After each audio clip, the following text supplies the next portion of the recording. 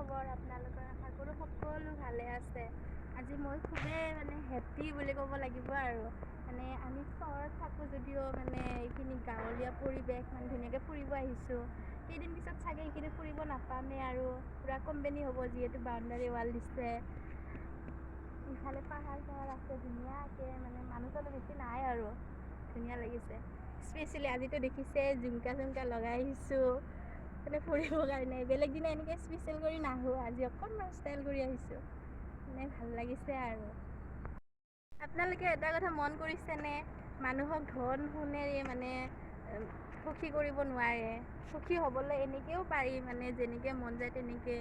এতিয়া আমি ফুৰিব আহিছোঁ, হাতত মোনা আৰু কটাৰী আনিছোঁ কচু কাটিৰ।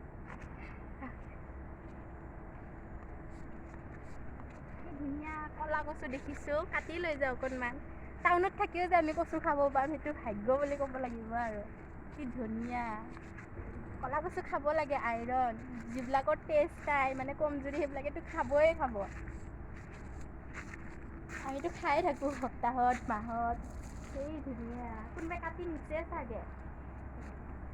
মই কচু কাটি আছোঁ দেই এতিয়া। ক'লা কচু মই কৈছোঁৱে নহয়, যিবিলাকে কমজুৰি সেইবিলাকেতো খাবই খাব। মোৰ দৰে মোটা হৈ যাব। কচুখিনি কাটি আনি দিলে ৰাইজ। ৰাতিলৈ খাম আৰু ধুনীয়াকৈ বুটেদি ভাজি। আপোনালোকে যিহেদি হ'লেও খাব পাৰিব, শুকান মাছেদি হওক বুটেদি হওক ধুনীয়াকৈ ভাজি খাব। কেতিয়া আমি মাংস দিও খাওঁ, মাংস দিও খাব পাৰিব। যিকোনো ব্ৰইলাৰ মাংস দি হ'লেও ধুনীয়াকৈ ভাজি খালে ভাল লাগে। এইফালে গৰু আহি আছে এতিয়া ধুনীয়াকৈ। ৰাতিৰ খানা হৈ গ'ল আৰু আমাৰ। এতিয়া যাওঁ আৰু ঘৰলৈ। ঘৰৰনো ক'ত, ৰুমলৈ যাওঁ আৰু দিয়া।